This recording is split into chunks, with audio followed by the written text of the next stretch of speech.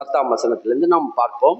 தேவனுடைய வசனங்களை கை கொண்டு வாழ்கிற நமக்கு கர்த்தர் நமக்கு தேவன் ஒரு அதிகாரத்தை நமக்கு கொடுத்திருக்கிறார். அந்த அதிகாரத்தை நம்ம எப்படி பயன்படுத்த வேண்டும் என்று இந்த வசனத்திலே அப்போஸ்தலனாகிய பவுல் அவர்கள் அருமையாக நம்ம எப்படி நாம் நடக்க வேண்டும் என்பதை தேவன் இந்த வார்த்தையில நமக்கு சொல்றாரு. எடுத்துக்கொள்ளுங்க. எபேசியர் புத்தகம் 6ஆம் அதிகாரம் 10ஆம் வசனத்திலிருந்து நம்ம பார்ப்போம். கடைசியாக என் சகோதரரே, கர்த்தரிலும் அவருடைய தத்துவத்தின் வல்லமையிலும் பலப்படுங்கள். நீங்கள் பிசாசின் தந்திரங்களுக்கு எதிர்த்து நிற்க திராணியுள்ளவர்கள் ஆகும்படி தேவனுடைய சர்வாயுத வர்க்கத்தை தரித்து கொள்ளுங்கள்.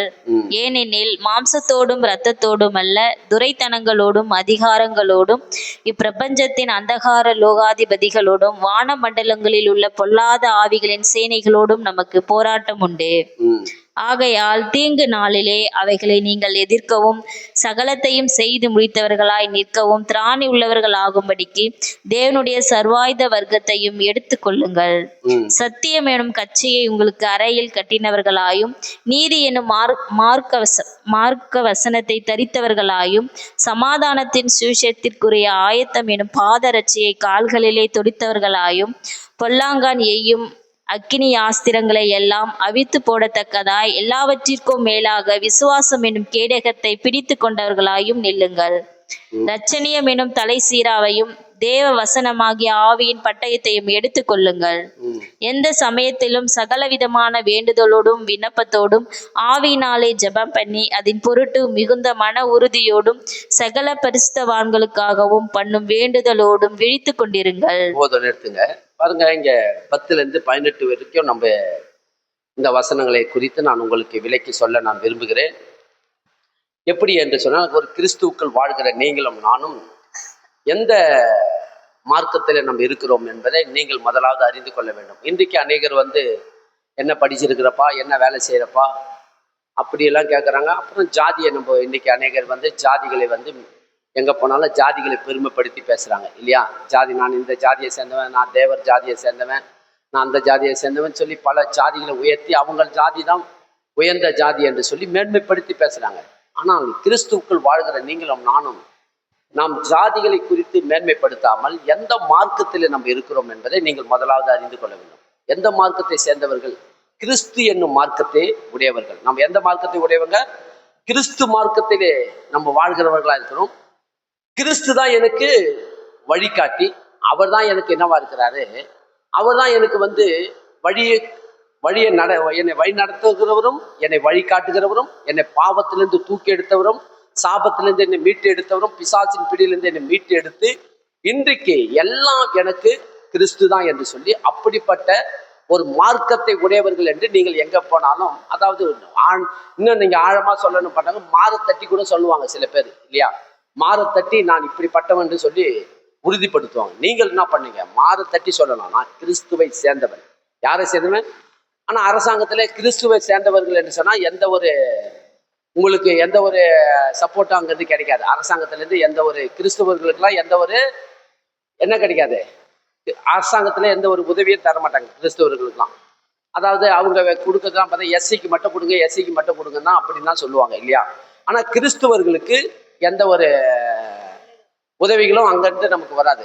அதனால நீங்க என்ன பண்ண, கிறிஸ்துவர் சொன்னா நமக்கு அரசாங்கத்துல எதுவும் நமக்கு உதவி பண்ண மாட்டாங்க.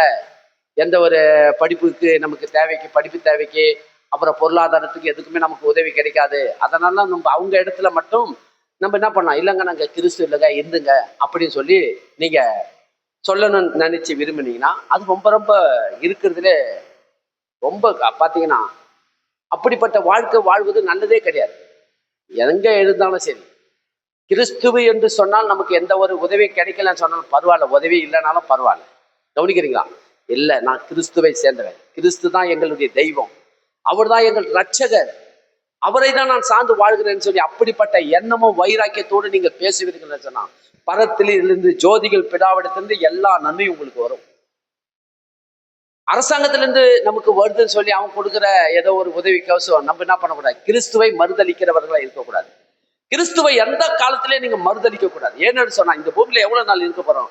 மிஞ்சி போனா ஆயுசு நாட்கள் 70 வருஷமும், வெள்ளத்தின் மிகுதினால் 80 வருஷம், அவ்வளவுதான். 80 வருஷம் இந்த பூமியில இருக்க போறோம். அந்த 80 வருஷத்துல அடுத்தது இதை விட்டு போனவன நித்திய நித்தமாய் கத்தரோடு வாழ போறோம். அப்ப அந்த வாழ்க்கை தான் நமக்கு வேணும். எந்த வாழ்க்கை வேணும்? அதுதான் நிரந்தரமான வாழ்க்கை. அந்த வாழ்க்கையை நம்ம அடைவதற்கு இந்த பூமியில நீங்களும் நானும் கிறிஸ்துவை ஒரு காலமும் மறுதளிக்கிறவர்களால் இருக்கக்கூடாது. கிறிஸ்து தான் எனக்கு ஜீவன், சாவு எனக்கு ஆதாயம் என்று அப்படிப்பட்ட வார்த்தையை உடையவர்களா நீங்க இருக்கணும் பாருங்க. ஏனென்று சொன்னால் கர்த்தர் அப்படிதான் நம்மளை தெரிந்திருக்கிறார். இந்த ஜனங்களை எனக்கென்று ஏற்படுத்தினேன், இவர்கள் என்னை என்ன சொல்லி வருவார்களாம்? துதிகளை சொல்லி வருவார்கள் என்று கர்த்தர் விரும்புகிறார் பாருங்க. என் தேவன் நான் இப்படி இருந்தேங்க, பாவத்தில் இருந்தேங்க, அக்கிரமத்தில் இருந்தேங்க, இன்றைக்கு நான் நீதிமானம் ஆயிருக்கிறேன். எங்கிருந்து வந்தது இந்த நீதி? இது யார் கொடுத்த நீதி? ஒரு படிப்பு மூலமா வந்ததா, இல்ல வேற ஒரு காரியத்தின் மூலமா எனக்கு இந்த நீதி வந்தது? இந்த தயவுலாம் எங்கிருந்து வந்து? இல்ல, என் இயேசு கொடுத்த நீதி. விசுவாசிக்கிறீங்களா? அவரிடத்திலிருந்து எனக்கு வந்தது என்று சொல்லி அவரை நீங்கள் சார்ந்து அவரை நீங்கள் வைராக்கியத்தோடு பேசுவீர்கள் என்று சொன்னால் கர்த்தர் சொல்றாரு, இந்த உலகத்திலே ஒருவன் உங்களோடு எதிர்த்து நிற்கிறவன், உங்களுக்கு விரோதமாய் உருவாக்கக்கூடிய ஆயுதத்தை உருவாக்குறவன் ஒருத்தன் இருக்கிறான். அவனோடு நீங்க எப்படி இருக்க வேண்டும் என்று சொல்லி கர்த்தர் உங்களுக்கும் எனக்கும் ஒரு சர்வாயுத வர்க்கங்களை தேவன் நமக்கு கொடுத்திருக்கிறார். சர்வாயுத வர்க்கங்கள். என்ன வர்க்கங்களை கொடுத்திருக்கிறாரு? சர்வாயுத வர்க்கங்களை உங்களுக்கும் எனக்கும் கொடுத்திருக்கிறார். இப்ப நீங்க போருக்கு போறீங்க. இன்னைக்கு போருக்கு போறவங்க எல்லாம் பாத்தீங்கன்னா, இன்றைக்கு போருக்கு இப்ப பாத்தீங்கன்னா மிலிட்ரி ஆர்மியில ஒர்க் பண்றவங்கலாம் பாத்தீங்கன்னா, போருக்கு போறாங்கன்னா அவங்க என்ன பண்ணுவாங்க? சும்மா சாதாரணமா பேண்ட் ஷர்ட் எடுத்து மாட்டி சாப்பிட்டு டக்குன்னு போக மாட்டாங்க. எல்லா வர்க்கங்களையும் எடுப்பாங்க. என்னென்ன வர்க்கங்களையும் எடுப்பாங்க பாத்தீங்கன்னா, ஃபர்ஸ்ட் எடுப்பாங்க, பேண்ட் போடுவாங்க, இடுப்பில கச்சையை கட்டுவாங்க, அடுத்தது கேடகத்தை எடுப்பாங்க, ஈட்டியை எடுப்பாங்க, தலைச்சீராவை எடுப்பாங்க, மார்க் கவசத்தை எடுப்பாங்க, மார்க் கவசத்தை போட்டுப்பாங்க. ஏன்னா புல்லட் சுட்டா கூட என்ன பண்ண முடியாது, அந்த புல்லட் மூலமாய் நம்மள உயிரை காக்கக்கூடிய மார்க் கவசத்தை போட்டுக்கொள்வாங்க, தலைச்சிராவை போட்டுக்கொள்வாங்க, கையில கேடகத்தை எடுத்துக்கொள்வாங்க, ஈட்டியை எடுத்துக்கொள்வாங்க. இப்போ அது பார்த்தீங்கன்னா ஈட்டியெல்லாம் எடுக்கிறது இல்லை. ஈட்டிக்கு பதில் என்ன எடுத்துக்கிறாங்க? மிஷின் கன்று எடுத்துக்கிறாங்க இல்லையா? இப்போ ஈட்டி கிடையாது. ஈட்டிக்கு பதில் என்ன பண்றாங்க? மிஷின் கன்று எடுத்துக்கிறாங்க பாருங்க. பல விதமான மிஷின் கன்று கையில கொடுக்குறாங்க. ஆளுக்கால் ஒரு மிஷின் கன்னை கையில கொடுத்துட்டாங்க பாருங்க. எடுத்துக்கிட்டு சும்மா சாதாரணமா போறது கிடையாது. இதெல்லாம் இந்த வர்க்கங்களை எல்லாம் எடுத்துக்கிட்டு தான் புறப்பட்டு போறாங்க. கிறிஸ்துக்குள் வாழ்கிற நீங்களும் நானும் இப்படிப்பட்ட சத்தியம் என்னும் கச்சையை நீங்கள் கட்டி கொள்கிறவர்களாகவும் இப்படிப்பட்ட வர்க்கங்களை எல்லாம் நீங்க தரித்து கொண்டு இந்த பூமியில நீங்கள் வாழ்ந்தீங்கன்னா, மாமிசத்தோடு ரத்தத்தோடு அல்ல. கவனிக்கிறீங்களா? மாமிசத்தோடு ரத்தத்தோடு நம்ம யுத்தம் செய்கிறவர்கள் இல்லை. இன்னைக்கு பாத்தீங்கன்னா அவங்க ஆளு என்ன பண்ணாங்க? எதனா ஒன்னா கத்தியும் பட்டயத்தையும் கத்தி கபடா கத்தி பட்டயத்தெல்லாம் எடுத்துக்கிட்டு போயிட்டு யுத்தம் பண்ணி ஒருத்தர் அடிச்சுக்கின்னு அவன் அடிக்க இவன் அடிக்க ஒருவர் வெட்டி மாண்டு போறார்கள் இல்லையா? நீங்களும் நானும் அப்படி செய்கிறவனும் அப்படி பண்ணவே கூடாது ஒரு நாளும். உங்களுக்காக யாராவது உங்களை எதிர்த்து நின்று உங்களோடு வருகிறார்கள் சொன்னால் நீங்கள் எப்படிப்பட்டவர்களா இருக்க வேண்டும்? இந்த பூமியில நீங்கள் நானும் எதை தரித்து கொண்டு வாழ்கிறவர்களா இருக்க வேண்டும்? அப்போஸ்தலனாகிய பவுல் அவர்கள் சொல்றாரு பாருங்க. என்ன சொல்றாருன்னா, கடைசியாக என் சகோதரரே, கர்த்தரிலும் அவருடைய சத்துவத்திலும் வல்லமையிலும் பலப்படுங்கள். கவனிக்கிறீங்களா? கடைசி என்று சொன்ன எடுத்ததுமே இது கிடைக்காது பாருங்க. ஆண்டவர் ஏத்துக்கணும்னே இது தெரியாது. இந்த வல்லமையில நம்ம என்ன பண்ண முடியாது? பலப்பட முடியாது. எப்ப பலப்பட முடியும்னா, தொடர்ந்து நீங்க ஆலயத்துக்கு வந்து கர்த்தருடைய வார்த்தையை கேட்க கேட்க கேட்க கேட்க கர்த்தரை பற்றி அறிந்து கொண்ட பிறகுதான் நீங்க என்ன பண்ணுவீங்க? இந்த சத்துவத்தை எல்லாம் நீங்க தரித்து கொள்ள முடியும். எடுத்த உடனே நம்ம என்ன பண்ண முடியாது? இந்த சத்துவங்களை தரித்து கொள்ள முடியாது. எப்படி தரித்து கொள்ள முடியாதுன்னா, கர்த்தரை பத்தி முதல்ல தெரிஞ்சுக்கணும். அவரை பத்தி தெரிஞ்சுக்கிற பிறகு அப்புறம் நீங்க பிசாசோடு எதிர்த்து நிற்பதற்கு எப்படிப்பட்ட சர்வாயுத வர்க்கங்களை தரித்து கொள்கிறவர்களா இருக்க வேண்டும் என்று சொல்லி இங்க அருமையாக சொல்றாரு பாருங்க. சத்துவத்தையும் வல்லமையும் பலப்படுங்கள், நீங்கள் பிசாசின் தந்திரங்களோடு. யாருடைய தந்திரம்? அவன் யாரு? அவன் பேர் என்னது? தந்திரவாதி. அவன் பேர் என்னது? எப்படி தந்திரவாதி? ஆதியிலே என்ன பண்ணான்? ஆதாமை ஏவாளை வஞ்சித்து சர்பத்துக்குள்ளே நுழைந்து தந்திரமாய் என்ன பண்ணான்? ஏவாளை வஞ்சித்தான். ஏவாளை எப்படி வஞ்சித்தான்? தந்திரமாய் சர்பத்துக்குள்ளே நுழைந்து சர்ப்பம் மூலமாய் பேசி அந்த கனியை ஆண்டவர் சாப்பிடும் நாளிலே சாகவே சாவா என்று ஆண்டவர் சொன்னாரு. ஆனா இவன் சொன்னான், அதை பறித்து சாப்பிடும் நாளிலே சாகவே சாவதில்லை. இவன் சொன்னது, கர்த்தர் சொன்னாரு, அதை பறித்து சாப்பிடும் நாளிலே சாகவே சாகுவீர்கள். ஆனா இவன் சொல்றான், இதை நீங்க பறித்து சாப்பிட்டீங்கன்னா சாகவே சாக மாட்டீர்கள் என்று சொல்லி இவன் தந்திரமாய் போதித்தான். அதனால்தான் இவன் என்ன சொல்றாரு பாருங்க, என்ன எப்படியா, நீங்கள் பிசாசின் தந்திரங்களோடு எதிர்த்து நிற்க திராணி உள்ளவர்களாகும்படி தேவனுடைய சர்வாயுத வர்க்கத்தை தரித்து கொள்ளணுமா. யாருடைய வர்க்கத்தை தரித்து கொள்ளணும்? தேவனுடைய சர்வாயுத வர்க்கம். எப்படிப்பட்ட வர்க்கத்தை தேவன் நமக்கு கொடுத்திருக்கிறார்ன்றத இங்கே அருமையாக சொல்றார் பாருங்க. ஏனெனில் மாமிசத்தோடும் ரத்தத்தோடும் அல்ல. கவனிக்கிறீங்களா? போய் ஈட்டியை கத்தி கபடா எடுத்துட்டு போயிட்டு அவனவே இவனாலதான் எனக்கு என் குடும்பத்துல பிரச்சனை, அவனாலதான் என் குடும்பத்துல பிரச்சனை, இவனாலதான் என் வேலை ஸ்தானத்துல எனக்கு வந்து பிரச்சனை, இவனை நான் ஒட்டி வைக்க கூடாது, இவனை நான் ஏதாவது பண்ணணும். இன்னைக்கு பாத்தீங்கன்னா வேலையில ஏதாவது பிரச்சனை நடக்கும் போது இவன் தான் எனக்கு காரணம், இவனாலதான் எனக்கு வர வேண்டிய ப்ரொமோஷன் எனக்கு வரல, இவன் பண்ணனாலதான் எனக்கு கிடைக்க வேண்டிய ப்ரொமோஷன் அவன் கைக்கு போயிடுது, அவனை நான் விட மாட்டேன், இவனை நான் கொண்டு போய் முதலாவது ஒரு பட்டயத்தை வாங்கி பட்டயத்தை கொண்டு போய் அவன் தலையை நான் வெட்டுவேன், அவனை கொலை பண்ணாதான் எனக்கு திருப்தி ஆகும். அங்க சொல்றாரு, மாமிசத்தோடு ரத்தத்தோடு அல்ல. இன்றைக்கு உங்களுக்கு அப்படிப்பட்ட காரியம் நடந்திருக்குன்னா அதுக்கு காரணம் அவன் கிடையாது, அவன் மூலமா பிசாசு உள்ளே நுழைந்து. கவனிக்கிறீங்களா? நீங்கள் மாமிசத்தோடு ரத்தத்தோடு நீங்கள் யுத்தம் செய்கிறவர்களா இருக்கக்கூடாது. ஒரு காலமா அப்படிப்பட்ட காரியத்தை செய்கிறவர்களா இராமல் மாமிசத்தோடு ரத்தத்தோடும் அல்ல, துரைத்தனங்களோடும். யாரோடு கூட? துரைத்தனங்களோடும் அதிகாரங்களோடும் இப்பிரபஞ்சத்தின் அந்தகார லோகாதிபதிகளோடும். அவன் பேர் பாருங்க எப்படிப்பட்ட, அவன் துரைத்தனங்களோடும் அதிகாரங்களோடும் பிரபஞ்சத்தின் அந்தகார லோகாதிபதிகளோடும் வானம் மண்டலங்களில் உள்ள பொல்லாத ஆவியின் சேனைகளோடு நமக்கு என்ன உண்டாம்? போராட்டம் உண்டு. 12ஆம் வசனம் சொல்லுது பாருங்க. நீங்க நினைக்கிறீங்க அவன் தான் எனக்கு எதிரியாளி, அவன் தான் நம்மோடு எந்த நேரமும் போர் செய்யறான், நமக்கு அவன் தான் நம்மளோடு எப்ப பார்த்தாலும் நம்மளோட வழக்காடுகிறான், யுத்தம் பண்றான் சொல்லி அவனை நம்ம நினைக்கிறேன். இல்ல பாருங்க, இதுக்கெல்லாம் யாரு காரணம் என்று சொல்லி யாரு இதெல்லாம் செய்யறாருன்னா திட்டவட்டமா சொல்றாரு பாருங்க.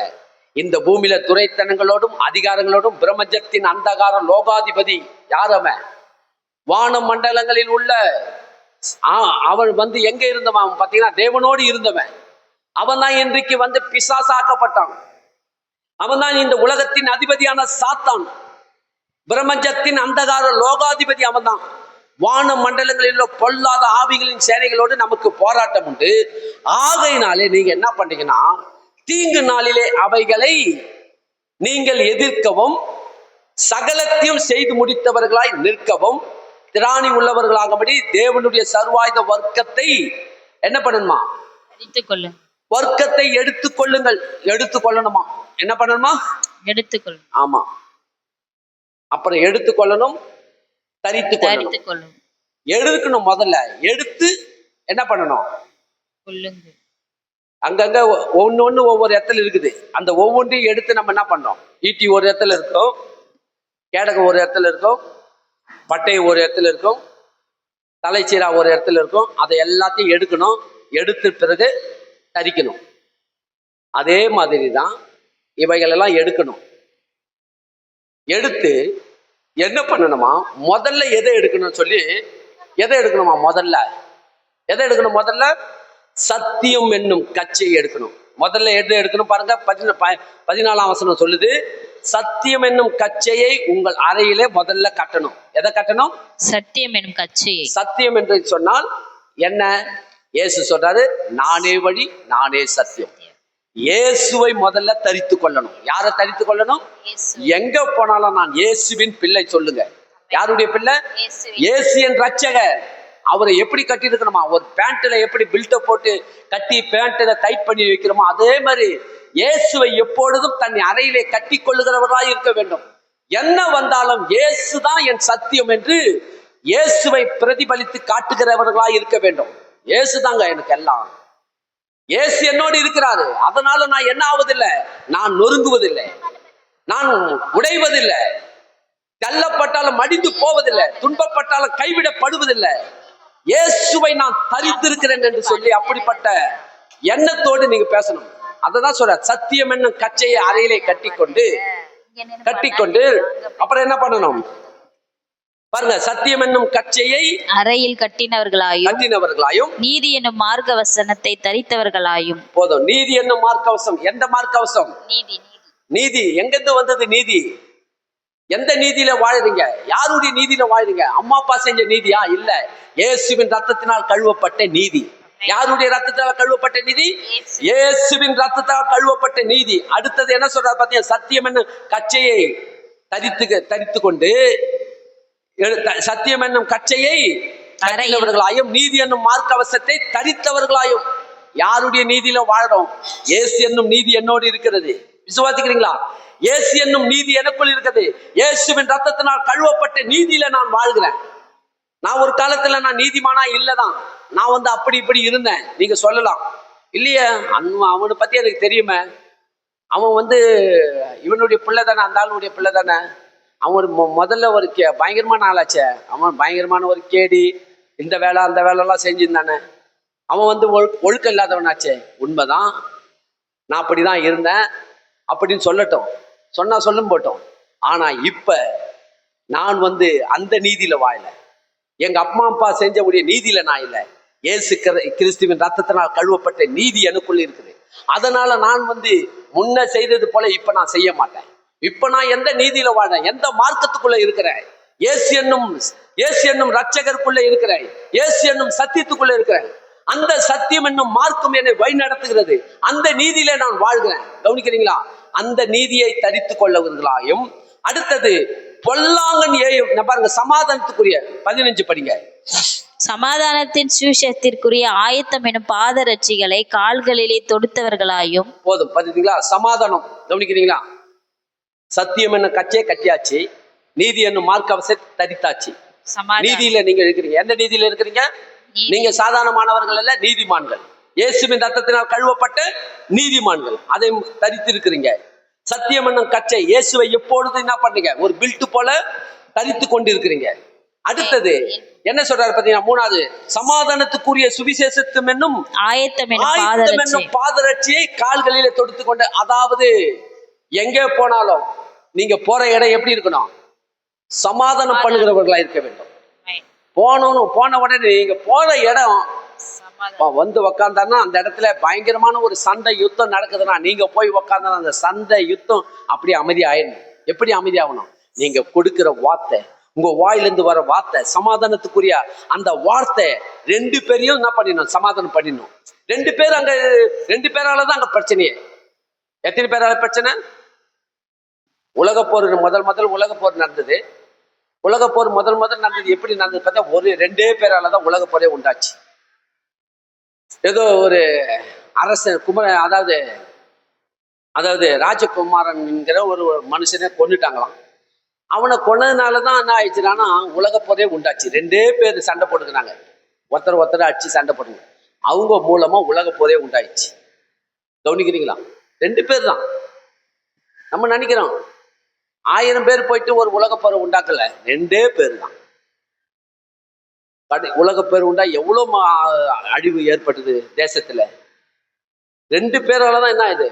சின்ன சண்டை பெருசாகி இவன் பக்கம் 10 பேர், அவன் பக்கம் 10 பேர், அவன் பக்கம் 100, இவன் பக்கம் 100, அவன் பக்கம் 500, இவன் பக்கம் 500, அப்படியே பெருகி போய் அவனுக்கு பாதி பெருசா யுத்தம் வர அளவுக்கு ஆயிடும். பெரிய நாட்டுக்கு நாடும் யுத்தம் நடக்கிற மாதிரி ஆயிடும்.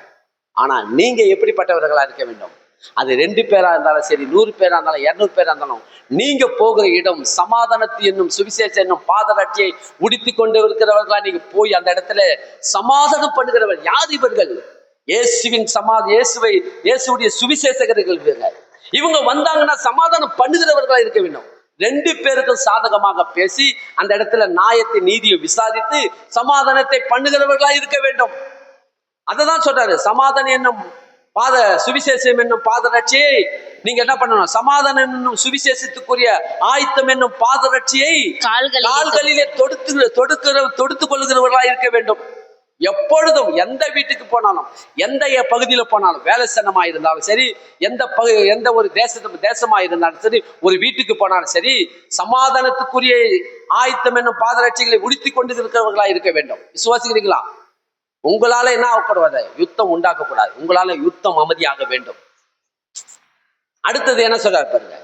பொல்லாங்கான் எய்யும் கவனிக்கிறீங்களா? பொல்லாங்கன் ஏயும் அக்கினி யாஸ்திரங்களை எல்லாம் ம், அவிழ்த்து போடத்தக்கதாய் ம், எல்லாவற்றிற்கும் மேலாக விசுவாசம் என்னும் கேடகத்தை பிடித்து கொண்டவர்களாயும் நில்லுங்கள். ம். இங்க சொல்றாரு பாருங்க, பொல்லாங்கன் எந்த நேரத்துல வேணாலும் என்ன பண்ணுவானா?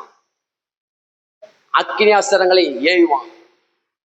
ஒரு அதாவது எந்த நேரத்துல வேணாலும் கொளுத்தி போட்டுருவான். எந்த நேரத்துல வேணாலும் என்ன பண்ணுவான்? ஒரு அக்கினி வந்துனா அழிச்சிட்டு போயிடும். ஒரு நெருப்பு ஒரு இடத்துல, சிறிய நெருப்பு சொல்லுங்க, ஒரு பெரிய காட்டையே கொளுத்திடும். சிறிய நெருப்புனா ஒரு ஒத்தி குச்சியை கிழிச்சு நீங்க கொளுத்தி வச்சீங்கன்னா காடு முழுவதும் அழிஞ்சிடும். அப்படியே மடமடன்னு எல்லாம் பிடிச்சிட்டு போயிடும். அவன் எப்படிப்பட்டவனா இருக்கிறான்னா, ஒரு மனுஷன் மூலமாய் ஒரு தீ குச்சி கொளுத்தி விட்டுட்டு போறதுக்கு ரெடியா இருக்கிறான். அததான் சொல்றாரு, பிசாசு எப்படிப்பட்டவனா இருக்கிறான்? பொல்லாங்கனையும் அக்னியாஸ்திரங்களை எல்லாம் அவித்து போடத்தக்கதாக. யார் அவித்து போடணும்? நீங்க தான். அவன் பொல்லாங்கன் ஏயும் அக்னியாஸ்திரங்கள் எல்லாம் அவித்து போடத்தக்கதாக அவன் பேசுவான். என்ன எப்படிப்பட்ட வார்த்தைகளை பேசுவான்? துட்செய்திகளை அனுப்புவான். அவ்வளவுதான், போச்சு, எல்லாம் போச்சு, முடிந்தது, எல்லாம் அழிஞ்சது, அவ்வளவுதான், இது நான் அவ்வளவுதான் கெழுது, அப்படி இப்படி சொல்லி பயன்படுத்துறான காரியங்களை பேசி அந்த இடத்துல திகிலையும் வேதனையும் உண்டாக்கக்கூடிய, அதாவது ஒரு பயங்கரமான ஒரு துர்ச்செய்தி பரப்புவான் பாருங்க. ஆனா நீங்க என்ன பண்ணணுமா? அவன் பொல்லாங்கனையும் அக்கினியாஸ்திரங்கள் எல்லாம் அவித்து போடத்தக்கதாக நீங்க எப்படிப்பட்டவர்களா இருக்க வேண்டும் என்று சொன்னால், அதாவது எல்லாற்றுக்கும் மேலாக விசுவாசம் என்னும் கேடகத்தை பிடித்தவர்களாய் நில்லுங்கள். எதை பிடித்திருக்கணுமா? விசுவாசம். நீங்க கேட்ட உடனே பதறக்கூடாது. விசுவாசியே பதறான். விசுவாசி எப்படிப்பட்டவனா இருக்கணும்? பதறுகிறவர்களா இருக்கக்கூடாது. அவன் பொல்லாங்கன்னு கெட்ட கெட்ட வார்த்தைகளை பேசி துர்ச்செய்திகளை அனுப்புவான். அதான் அக்கினியாஸ்திரங்களை அனுப்புறான். எதை அனுப்புறான்? வார்த்தை தான் பட்டயத்துக்கு ஒப்பானது. அக்கினியாஸ்திரங்களுக்கு அதாவது நெருப்பு போல வருமா வார்த்தை. அந்த வார்த்தை என்ன பண்ணுமா? எரிக்கிற மாதிரி இருக்கும். ஆனா நீங்க என்ன பண்ண? அதை அவிக்கிறவர்களா இருக்க வேண்டும். விசுவாசம் என்ன கேடகத்தை எப்போதும் என்ன பண்ணணும்? கேட்ட உடனே மயக்கம் வந்துடக்கூடாது. கேட்ட உடனே தலை சுத்தக்கூடாது. கேட்ட உடனே பதறக்கூடாது. கேட்ட உடனே வேதனைப்படக்கூடாது. அப்படியா? விசுவாசத்தை அந்த இடத்துல நீங்க பிரதிபலித்து காட்டணும். உங்க விசுவாசம் அங்க நீங்க என்ன பண்ணணும்? அந்த இடத்துல உங்க விசுவாசத்தை அப்பதான் நீங்க என்ன பண்ணணும்? எப்படிப்பட்ட விசுவாசத்துல இருக்கிறீங்க என்பதை அந்த இடத்துல நீங்க வெளிப்படுத்த வேண்டும். அவித்து போடுகிறவர்களா இருக்க வேண்டும். அதை என்ன பண்ணக்கூடாது? கூட சேர்ந்து கொளுத்துறவர்களா இருக்கக்கூடாது. கொஞ்சம் தான் கொளுத்தி விட்டுருப்பான் அவன். நீங்க என்ன கூட சேர்ந்து பெட்ரோலையோ மண்ணெண்ணையோ ஊத்தி இன்னும் அதிகமாக கொளுத்துறவர்களா இல்லாம அதை தண்ணி ஊத்தி அணைக்கிறவர்களா இருக்க வேண்டும். விசுவாசிக்கிறீங்களா? பொல்லாங்கனேனும் அக்கினியாஸ்திரங்களை அவித்து போடத்தக்கதாக விசுவாசம் என்ன கேடகத்தை எப்பொழுது பிடித்து கொண்டு இருக்க வேண்டுமா? கேடகம்னா என்னது? யுத்தத்துக்கு போறவங்களா கேடகத்தை பிடிச்சுட்டு போவாங்க பாருங்க. கவனிக்கிறீங்களா? யுத்தத்துக்கு போறவங்க என்ன பண்ணுவாங்க? கேடகத்தை கையில எப்பொழுதும் வச்சிருப்பாங்க. ஏன்னா அந்த கேடகம் மூலமா தான் தன்னை என்ன பண்ணுவாங்க? தன்னை பாதுகாத்துப்பாங்க. அப்ப நீங்க விசுவாசத்தின் மூலமா தான் உங்களை பாதுகாத்துக்க கொள்ள முடியும். விசுவாசம் இல்லாமல் உங்களை பாதுகாக்க முடியாது. விசுவாசம் எல்லாவற்றுக்கும் ஒரு ஆணி வேரா இருக்கிறது. விசுவாசம் ரொம்ப ரொம்ப முக்கியமானது. விசுவாசத்தை நீங்க என்ன பண்ணக்கூடாது? தேவைக்கு ஒரு நேரம் விசுவாசமா பேசுது, ஒரு நேரம் அவிசுவாசமா பேசுது. ரெண்டுத்தையும் நீங்க என்ன பண்ணக்கூடாது? பயன்படுத்தக்கூடாது. அவிசுவாசத்துக்கு இடம் கொடுக்க கூடாது. விசுவாசத்தை உறுதிப்படுத்துறவர்களா இருக்க வேண்டும். அடுத்தது என்ன நடக்குது பாருங்க. எந்த சமயத்திலும் அப்புறம் படிங்க. ரட்சணியம் என்னும் தலை சீராவையும் கவனிங்க. 17ஆம் வசனம் என்ன சொல்லுது பாருங்க. ரட்சணை என்னும் தலை சீராவையும் வேத வசனமாகிய ஆவியின் பட்டத்தையும் எடுத்துக்கொள்ளுங்கள். ஆமா, எதை எடுத்துக்கொள்ளணும்? ரட்சணியம் தலை சீரா.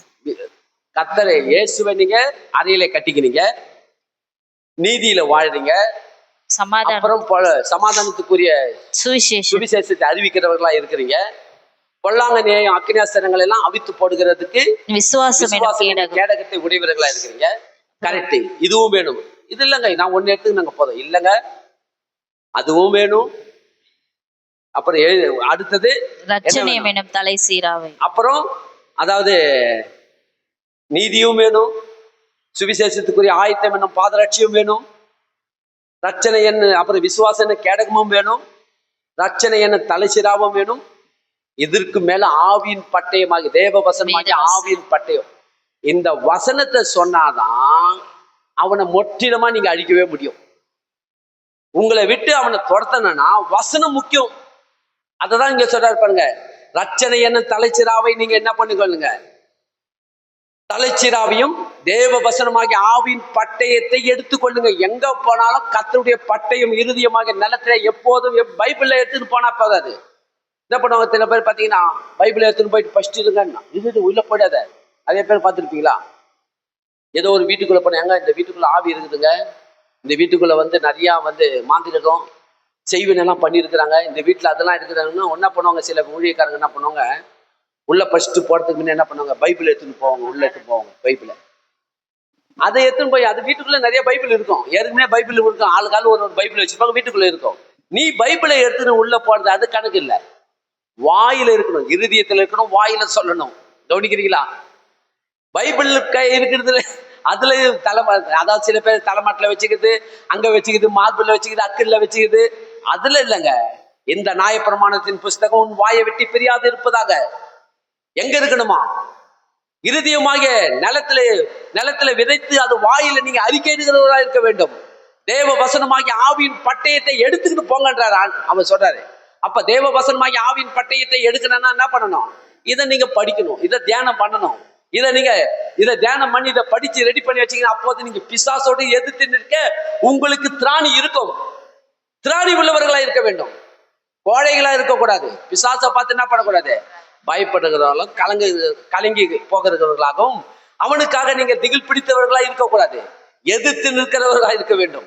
அப்ப எதிர்த்து நிக்கணும்னா, இப்ப யுத்தத்துக்கு போறவங்க என்ன பண்ணுவாங்க, எதிர்த்து நிக்கிறாங்கன்னா அவங்க கையில சாதாரணமா இருக்க மாட்டாங்க, பயங்கரமான ஒரு பட்டயத்தை வச்சிருப்பாங்க. பாத்தீங்கன்னா அந்த காலத்துல பழைய காலத்துலாம் ராஜாங்க ஆட்சி நடக்கும் போதெல்லாம் ராஜாங்கெல்லாம் எதுலலாம் ஈட்டிய பட்டயத்தை செய்வாங்க, அவங்களுக்குன்னு ஒரு ஸ்பெஷல் பட்டயத்தை செய்வாங்க. தங்க வாள் வச்சிருப்பாங்க, அந்த கைப்பிடி தங்கத்துல இருக்கும். அந்த பட்டயம் நல்ல தரமான ஏதோ வெங்கலத்திலேயோ ஒரு நல்ல ஒரு தரமான ஆயுதத்துல தயாரிச்சிருப்பாங்க. எந்த ஒரு பாறை மேல அடிச்சா கூட உடையக்கூடாது அந்த ஆயுதம். அப்படிப்பட்ட ஒரு ஆயுதம் உள்ளதான் என்ன பண்ணுவாங்க, தரமான ஆயுதமா ஈட்டி அவங்க என்ன பட்டயமா ரெடி பண்ணி வச்சிருப்பாங்க எப்போதும் ராஜாக்கள்லாம். ஆளுக்கு அப்பா அந்த ராஜாவுடைய பட்டயம்பா இந்த வச்சுக்கோ, இது விலை உயர்ந்தது அப்படின்னு சொல்லுவாங்க. அதே போல நீங்களும் நானும் தேவ வசனமாகிய ஆவியின் பட்டயத்தை எப்பொழுதும் தரித்திரவர்கள் இருக்க வேண்டும். தேவனுடைய வசனம் ரொம்ப முக்கியம். நீங்க பிசாசோட எதிர்த்து நிக்கணும்னா எதை காட்டி அதை காட்டி நீங்க பாத்தீங்கன்னா, இதை எடுத்து போய் காட்டுறது, அதை எடுத்து போய் காட்டுறது, இதை காட்டினா ஓடுவோம், அதை காட்டினா ஓடுவான் சொல்லுவாங்க. எதை காட்டுவாங்க சொல்லுங்க பார்ப்போம்? தொடப்பு கட்டை காட்டுவாங்க பிசாசு கிட்ட. எதை காட்டுவாங்க? தொடப்பத்தை எடுத்து காட்டுவாங்க, செருப்பை எடுத்து காட்டுவாங்க. பாத்துக்கிறீங்களா? செருப்பை எடுத்து மாட்டி வைப்பாங்க. என்னால மறக்கவே முடியாது பாருங்க. என்ன பொல்லாதாவி பிடிச்சிருக்கும் போது எங்க அண்ணன் சும்மா எங்க அண்ணனை பத்தி சொல்றேன் பாருங்க. என்ன பண்ணா தெரியுமா, என்னை படுக்க வச்சுட்டு சுத்தி செருப்புங்களை அடிக்க வச்சிட்டாரு. எத்தனை பேர் செருப்பு போட்டுன்னா அத்தனை பேர் செருப்பை போட்டு சுத்தி படுக்க வச்சிட்டாரு. தொடப்பு கட்டிய தொம்ப விட்டாரு. பிசாசு வராது, தைரியமா படு அப்படின்னாரு. அவன் அதுக்கெல்லாம் பயப்படவே மாட்டான், அஞ்சவே மாட்டான், வேற எதுக்கும் பயப்பட மாட்டான். தேவனுடைய வசனத்தை தவிர, தேவனுடைய வசனத்தை சர்ப்பங்களை எடுக்கவும் தேள்களை மிதிக்கவும் சத்துருடைய வல்லமையை மேற்கொள்ளபடி நான் உனக்கு அதிகாரத்தை கொடுத்தேன். தேவ வசனம் தான் உங்களுக்கு அதிகாரத்தை கொடுக்கும். தேவ வசனத்தின் மூலமா தான் அவனை எதிர்த்து நிற்க முடியும், அவனை மேற்கொள்ள முடியும். பொல்லாத நேயம் அக்கினாசனங்களை அவித்து போடத்தக்கதாக தேவ வசனமாகிய ஆவின் பட்டயத்தை எப்போதும் எடுத்துக்கொள்ளுங்க. விசுவாசிக்கிறீங்களா? ஆவின் பட்டயம் வேண்டும். தலைச்சிராவை நீங்க தரித்துக் கொண்டு ஆவின் பட்டயத்தை எடுத்துக்கொண்டு அப்புறம் எப்படிப்பட்டவர்களா இருக்க வேண்டும்? 18ஆம் வசனம் என்ன சொல்லுது பாருங்க. எந்த சமயத்திலும் சகலவிதமான வேண்டுதலோடும். நல்லா கவனிக்கிறீங்களா? இதெல்லாம் நீங்க புறப்பட்டு ஆயத்தமாய் ரெடி ஆயிட்ட உடனே அடுத்தது எந்த சமயத்திலும். எந்த சமயம்னா என்னது? நைட்டா இருந்தாலும் சரி, பகலா இருந்தாலும் சரி, மாலையா இருந்தாலும் சரி, காலையா இருந்தாலும் சரி, எந்த சமயத்துல நீங்க புறப்படுகிறீங்களோ அப்ப அந்த சமயத்துல நீங்க என்ன பண்ணணுமா, எடுத்து வச்சுக்கினா மட்டும் போதாது, இதெல்லாம் தரித்து கொண்டா மட்டும் போதாது. என்ன பண்ணணும்னா எந்த சமயத்துல இதை நீங்க பண்ணணும். என்ன பண்ணணும்? எந்த சமயத்திலும் படிமா சகலவிதமான வேண்டுதலோடும் விண்ணப்பத்தோடும் ஆவியினாலே ஜெபம் பண்ணி அதன் பொருட்டு மிகுந்த மன உறுதியோடும் சகல பரிசுத்தவான்களுக்காகவும் பண்ணும் வேண்டுதலோடும் விழித்துக் கொண்டிருங்கள். ஆமா, எந்த சமயத்திலும் இதை நீங்க செய்யணும். சகல விதமான வேண்டுதலோடும் விண்ணப்பத்தோடும் ஆவியினாலே. எதுல ஜெபம் பண்ணணுமா?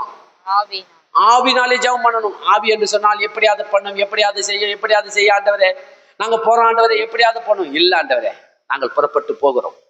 இயேசுவின் நாமத்திலே இன்றைக்கு நாங்கள் புறப்பட்ட அந்த காரியத்துக்காக போகிறோம் ஆண்டவரே.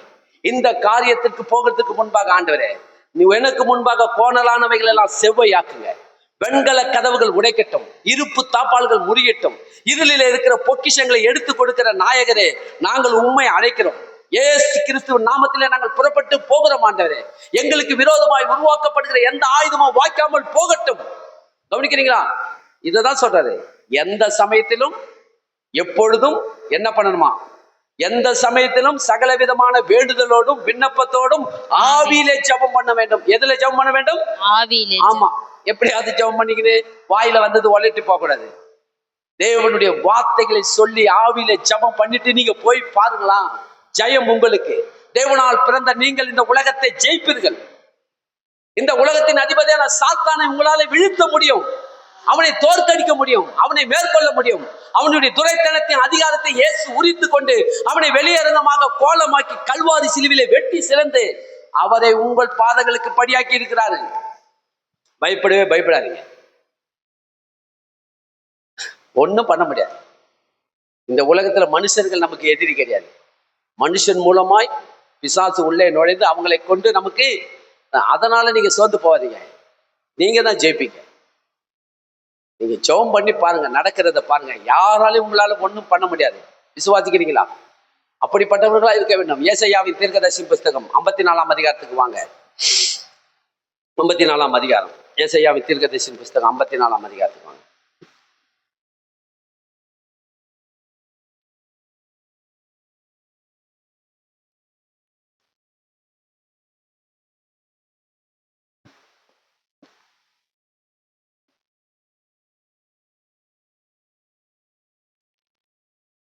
அதனால இன்னைக்கு நிறைய பேர் வந்து பணத்தை கொடுத்து நான் இதை பண்ணிடுவேன், அதை பண்ணிடுவேன், பணத்தினால நான் வந்து எல்லாத்தையும் நான் பண்ணிடுவேன் சொல்லி, இன்னைக்கு எவ்வளோ பேர் பணத்தினால நான் பண்ணிடுவேன் சொல்லி எவ்வளோ பெரிய பெரிய பணக்காரெல்லாம் ஒன்றும் இல்லாத மாண்டு போயிட்டாங்க.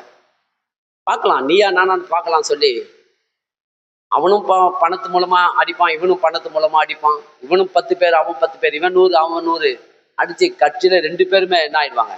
அழிஞ்சு போயிடுவாங்க. அதுக்கு தான் ஆண்டவர் சொன்னாரு, பணம் இருந்தா போதும், நான் நல்லா இருப்பேன். நிறைய பேர் எப்படி நினைக்கிறாங்க பார்த்தீங்கன்னா, பணம் தான் ஏன் முக்கியம், பணம் இருந்தா போதும் நம்ம நல்லா இருக்கலாம் அந்த பூமியில, பணம் தான். இல்லைங்க, பணம் இல்லாம நம்மளால எதுவும் வாங்க முடியாது. அது உண்மை. எல்லா பொருளுக்கும் ஆதாரம் பணம். எல்லா பொருளுக்கும் ஆதாரம் பணம். நீங்க இன்னைக்கு வாங்கணும்னா ஒரு பொருள் நீங்க வாங்குறீங்க. இன்னைக்கு பாத்தீங்கன்னா நிறைய விதமான துணி கடைக்கு எத்தனை பேர் போறீங்க தெரியல. துணி கடைக்கு போனீங்கன்னா ஏதோ ஒரு யாருக்கோ ஒரு விசேஷத்துக்கு ஒரு புடவை எடுக்க போறீங்க. புடவை எடுக்க போகும்போது அடுத்தது என்ன பண்ணுது? இந்த புடவை நான் கட்டினா நல்லா இருக்கும், இது எடுத்துக்கலாமா, இருக்குதோ இல்லையோ. நம்ம யாருக்கோ எடுக்க போயிருப்போம், கண்ணு அது மேல நம்ம என்ன பண்ணோம், இது நல்லா இருக்குது, அது நல்லா இருக்குது, அது நல்லா இருக்குது, தொட்டு பார்ப்போமா பார்க்க மாட்டோமா? பார்க்குறோம், நல்லா இருக்குது, இவ்வளோ சூப்பராக இருக்குது. அப்போ அதுக்கு பணம் வேணுமா வேணாவா? பணம் கண்டிப்பா, எல்லாத்துக்கும் பணம் வேணும். பணம் இல்லாமல் நம்ம இந்த பூமியில எந்த பொருளையும் வாங்க முடியாது. ஏன்னா ஆண்டவர் அப்படிதான் பணத்து மூலமா தான் இன்னைக்கு ஒருத்தருக்கு ஒருத்தர் பரிமாற்றம் பண்ணி கொள்கிறோம். அப்படிதான் இன்னைக்கு. அதுதான் ஆண்டவர் சொல்றாரு. சில பேர் எப்படி சொன்னா, பணம் தான் ஏன் முக்கியம், பணம் தான் எல்லாம் போதையா, நான் நல்லா வாழ்ந்துருவேன். ஆண்டவர் அதுக்கு ஒரு உதாரணம் சொல்றாரு. இப்படிப்பட்ட ஜனங்க வந்து முட்டாள்தனமா யோசிக்கிறாங்களே, அதுக்கு ஒரு உதாரணத்தையும் சொல்றாரு. லூக்காவின் சுவிசேஷத்துல சொல்றாரு, 12ஆம் அதிகாரத்துல சொல்றாரு. ஒரு ஐஸ்வர்யவான் இருந்தான். அந்த ஐஸ்வர்யவான் வந்து நிலம் வச்சிருந்தான். பெரிய பணக்காரன், நிலம் வச்சிருந்தான் பாருங்க. அந்த வருஷத்துல விதையை விதைக்கிறான். விதையை விதைத்த உடனே ஏராளமா விதை நல்லா விளைஞ்சிச்சு பாருங்க. நல்லா விளைஞ்சி தானியம் அதிகமாய் விளைஞ்சு போயிடுச்சு. என்ன பண்றது தெரியாம இந்த அளவுக்கு இந்த வருஷம் விளைச்சல் வந்துச்சு. அவன் விளைச்சதுக்கு மேல அதிகமா வந்துருச்சு. ஒரு 10 மூட்டை வச்சிருப்பான்னா 100 மூட்டைக்கு வந்து வச்சு 100 மூட்டை விதைச்சுன்னா 1000 மூட்டை வந்துட்டு இருக்குன்னு நினைக்கிறேன். நல்லா விளைஞ்சு போச்சு பாருங்க. அவனால என்ன பண்றது தெரியாம இந்த தானியத்தெல்லாம் கொண்டு போய் எங்க பண்டக சாலையில வைக்கிறதுக்கு ஒரு திட்டத்தை போடுறான். பெரிய பண்டக சாலையை கட்டி, சாதாரணமா இருக்கிற ஒரு பண்டக சாலையை இடிக்கிறான் பாருங்க. அதையெல்லாம் இடித்து நிறைவிட்டு பெரிய பண்டக சாலையை கட்டுறான். எல்லாம் வளர்ந்து விளைஞ்சது எல்லாத்தையும் கொண்டு போய் அதுல சேகரிக்கிறான். அதுல சேகரித்து சேர்த்து வச்சுட்டான் பாருங்க. சேர்த்து வச்சுட்டு போய் சொல்றான், ஆத்துமாவே இனி கவலைப்படாத, இனி கலங்காத, இனி உனக்கு நீ யாருக்கிட்டையும் நீ போயிட்டு கேட்க வேண்டிய அவசியம் இல்லை. உனக்கு தேவையானது எல்லாவற்றையும், உனக்கு தானியத்தை எல்லாம் சேகரிச்சுட்ட, எல்லா பொருளையும் சேர்த்து அங்க வச்சுட்டேன். வெறும் தானியத்தை மாத்திரம் கிடையாது, பொண்ணு வெள்ளி எல்லாத்தையும் சேகரித்து அது கூட வச்சுட்டேன். தானியத்துக்குரிய எல்லாத்தையும், பணமும் பொண்ணு வெள்ளி எல்லாத்தையும் சேகரித்து அது கூட வச்சிருக்கிறேன். நீ கலங்காத, உனக்கு தேவையானது எல்லாம் சேகரித்து வச்சுட்டேன், பயப்படாத. பணம் தான் முக்கியம். பணம் இருந்தாதான் நம்ம இந்த பூமியில நல்லா இருக்க முடியும் சொல்லி சேகரித்து வச்சுட்டேன் சொல்லி அவன் தன்னைத்தானே பேசிக்கொள்றான். தேவன் சொல்றாரு, அட மதி கெட்டவனே, பணத்தினால நீ இந்த பூமியில வாழலடா. எல்லாருக்கும் நான் ஜீவனை கொடுத்து அவங்களுக்கு ஏற்ற வாழ்க்கை நான் கொடுத்தது நான். என்னை விட்டுட்டு பணம் தான் முக்கியம் சொல்லி பணத்தை நீ சார்ந்து வாழ. பணத்தினால வாழ. பணம் வேணும் தான், பணம் எல்லாத்துக்கும் வேணும். ஒரு இடம் வாங்கணும்னா பணம் வேணும், இடத்த வாங்கி அந்த வீடு கட்டணும்னா பணம் வேணும், வீட்டுக்குள்ளே நீங்க பொருளா சில வஸ்துக்களை சேகரிக்கணும்னா பணம் வேணும். ஆனா பணம் தான் முதல்ல சொல்லி நீ பணம் எனக்கு கொடுக்க வேண்டிய மரியாதையை கொடுக்காம பணத்துக்கு கொடுத்துருக்கிற. அதனால இன்றைக்கே உன்னுடைய ஜீவன் எடுத்துக்கொள்ளப்படும். நீ இங்க ஆலையை கட்டி சேகரிச்சிய, இப்ப இதெல்லாம் யாருக்கு போய் சேரப்போகுது அப்படின்னு சொல்லி அன்றைக்கே அவன் ஜீவன் போயிடுச்சு பாரு. இன்னைக்கு அப்படிதான். இன்னைக்கு உலகத்துல அநேகர் என்ன பண்ணாங்க, ஒவ்வொரு வீட்லயும் பெரிய பெரிய பணக்காரலாம் 1 கோடி 2 கோடியில 1000 கோடியா 5000 கோடியா 1,00,000 கோடியா சேர்த்து வைக்கிறாங்க. பணம் இருந்தா நம்ம என்ன பண்ணலாம், எல்லாத்தையும் சமாளிக்கலாம் சொல்லி பணத்து மூலமா எல்லாத்தையும் விலை கொடுத்து வாங்கலாம். இப்படிப்பட்ட எண்ணத்தோடு இன்னைக்கு சேகரிக்கிறாங்க. பணம் நமக்கு என்ன கிடையாது, ஆதாரம் கிடையாது. கர்த்தர் தான் நமக்கு ஆதாரம். யாருங்க நமக்கு ஆதாரம்? இந்த பணத்தை சம்பாதிக்கக்கூடிய ஆதாரம் யாரு? கர்த்தர். அவருக்கு இடம் கொடுங்க. பணம் வேணும், வேலைக்கு போங்க, வேலைக்கு போய் நல்லா அறிவோடு புத்தியோடு வேலை செய்யுங்க, வேலை செய்து சம்பாதிங்க. சம்பாதித்து அந்த பணத்தை கையில வாங்கும் போது கர்த்தருக்கு சோத்திரம் ஆண்டவரே, இந்த பணத்தை சம்பாதிக்கக்கூடிய பலனை கொடுத்தது நீங்கப்பா, உமக்கு கோடி சோத்திரம் சொல்லி அவரை கனம் பண்ணுங்க. விசுவாசிக்கிறீங்களா? அவரை கனம் பண்ணுங்க. கண்டிப்பாக இந்த பூமியில நீங்க நல்லா வாழ்வீங்க, தீர்க்காயசோடு வாழ்வீங்க, குறையில்லாமல் வாழ்வீங்க, எல்லாவற்றிலும் வாழ்ந்து நீங்க சுகமா இருப்பீங்க. விசுவாசிக்கிறீங்களா? அப்ப கர்த்தர் தான் நமக்கு ஆதாரம். அப்படிப்பட்ட எண்ணம் உங்களுக்கு இருக்க வேண்டும். சத்தியம் என்ன கச்சை எப்போதும் அறையிலே கட்டி கொண்டிருக்கிற உங்களுக்கு நான் சொல்லுகிறேன். ஏசாயாவின் தீர்க்கதரிசியின் புத்தகம் 54ஆம் அதிகாரம் 7ஆம் வசனம் 17ஆம் வசனத்தை படிமா. 17 படிங்க. 17. உனக்கு விரோதமாய் உருவாக்கப்படும் எந்த ஆயுதமும் வாய்க்காதே போம். உனக்கு விரோதமாய் நியாயத்தில் எழும்பும் எந்த நாவையும் நீ குற்றப்படுத்துவாய். இது கர்த்தருடைய ஊழியக்காரரின் சுதந்திரமும் என்னால் உண்டான அவர்களுடைய நீதியுமாய் இருக்கிறது என்று கர்த்தர் சொல்லுகிறார். ஆமா, விசுவாசிக்கிறீங்களா? உங்களுக்கு விரோதமாய் உருவாக்கப்படும் எந்த ஆயுதமும் வாய்க்காதே போ. வாய்க்காதே. இது சத்தியம். அவன் செய்வினை பண்ணிட்டான், அவன் மாந்திரிகம் பண்ணிட்டான், அவன் பண்ணனாலதான் நான் இப்படி ஆயிட்டேன், இதுக்கெல்லாம் காரணம் அவன் தான். அப்படி வார்த்தை உங்க வாயிலிருந்து வரவே கூடாது.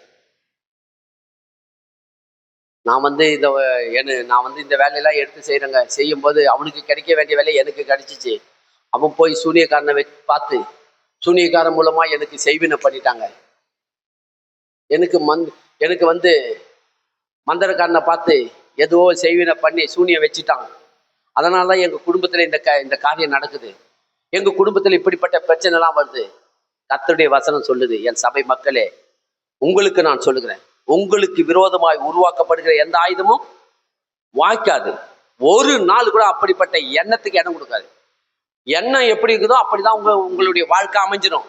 எண்ணத்துக்குள்ள நுழைஞ்சிச்சு, அந்த எண்ணம் உங்களுக்கு எடுத்துரும். எண்ணம் போல் வண்ணங்கள். சொல்லுங்க, எண்ணம் போல் வண்ணங்கள், எண்ணம் போல் வாழ்க்கை. உங்க எண்ணம் எனக்கு செய்வினை பண்ணிட்டான், எனக்கு மாந்திரிகம் பண்ணிட்டான், எனக்கு சூனியம் வச்சுட்டான், நீங்க சொன்னீங்க, நினைச்சாலே போச்சு. அது உள்ள நினைச்சாலே முடிஞ்சு போச்சு. ஆட்டோமேட்டிக்கா இடம் கொடுத்துட்டீங்க. கேட்டை திறந்து விட்டாச்சு. கேட்டை திறந்து விட்டோன்னா உள்ள வந்துருவான். சூனியம் வச்சுனா சூனியம், வாயை திறந்தாலே சூனியம். பாத்தீங்கன்னா கணவன் மனைவிக்கு ரொம்ப சில குடும்பத்துல அன்பா இருப்பாங்க. புதுசா கல்யாணம் பண்ணி அன்பா இருப்பாங்க. மனைவி கூடிய இவ்வளவு நாளா அம்மா கூட இருந்தவன் திடீர்னு கல்யாணம் பண்ணோடனே மனைவி கூட நல்லா அன்பா இருந்து அம்மா அம்மா எப்படிமா இருக்குன்னு ஆய் சொல்லிட்டு போயினே இருப்பான் பழுகுது. சில பேருக்கு பத்தியா என்னமோ பண்ணிட்டா, தலகாணி மந்திரம் போட்டாவ. ஏன்னா அம்மா காட்டின அன்போட கொஞ்சம் கூட அன்பு சேர்த்து கொடுக்க ஆரம்பிச்சுட்டாங்க மனைவி. அவன் கொஞ்சம் பார்த்தான், அம்மா அன்பு வேற மாதிரி ஆகுது, மனைவி அன்பு வேற மாதிரி ஆகுது. இந்த மனைவி அன்பு கொஞ்சம் கூட இருக்குது. இது உண்மை. ஏன்னா ஆண்டவர் அப்படிதான் வச்சிருக்கிறாரு. அம்மாவுடைய அன்பு சிலதில் கொடுக்க முடியும், மனைவி அன்புல கூட கொஞ்சம் எக்ஸ்ட்ரா கொடுக்க முடியும். அப்ப அந்த அன்பை பார்த்த உடனே புருஷனுக்கு என்ன ஆயிடுச்சுடான்னா, மனைவிக்கோடு நல்லா இணைஞ்சு எல்லா காரியத்திலும் மனைவி கூட